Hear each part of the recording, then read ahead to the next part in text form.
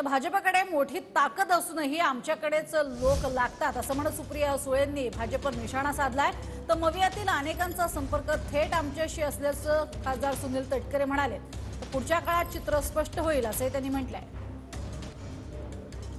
बऱ्याच लोकांची चर्चा आहे, म्हणजे माझ्याबद्दल चर्चा असते, रोहित बद्दल चर्चा असते, आव्हाडांबद्दल असते, देशमुख साहेबांबद्दल असते, जयंत पाटलांचं, सगळ्यांबद्दल चर्चा रोज असते। म्हणजे तुम्ही विचार केला पाहिजे की जेव्हा 200 आमदार, 300 खासदार, एवढी मोठी ताकद असली तरी त्यांना आमच्याकडचे लोक लागतायत, हवेत, याचा अर्थ आमच्यामध्ये काहीतरी गंमत आहे ना, काहीतरी टॅलेंट आहे ना। त्याच्याशिवाय एवढी मोठी ताकद असताना त्यांना आमच्याकडचे जे काही आम्ही छोटे राहिलेलो आहोत पक्ष, त्याचीच हवेसे वाटतायत ना, म्हणजे काहीतरी दम आहे ना उसमें।